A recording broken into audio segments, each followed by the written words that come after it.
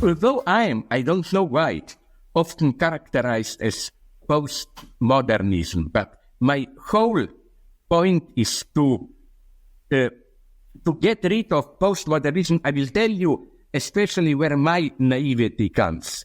In some today's theorists who consider themselves, although maybe they wouldn't use the name postmodern, like Michel Foucault, the idea is, for example, to relativize the truth. Scientific discourse has its own truth, religious discourse its own truth. But when this comes up, I distinguish strongly between relativism, which I reject, and relationalism, which for me is a constructed mood. Absolutely correct. The way of Leibniz.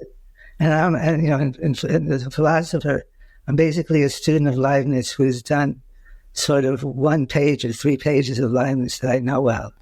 And the rest I'm scratching my head about, but don't expect too much sophistication. I know that not only you, but also some other quantum physicists now, they like Leibniz when he claims that not only God as the highest monad, but every monad in a condensed way contains the entire universe, of course, from its own standpoint.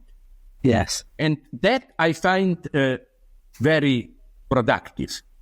Well, good. We find this in the recent work I've been doing very productive of suggestions for how to actually write down mathematically a theory of the world where something like that happened. And I'd be glad to send you the papers as we're really trying to make that world.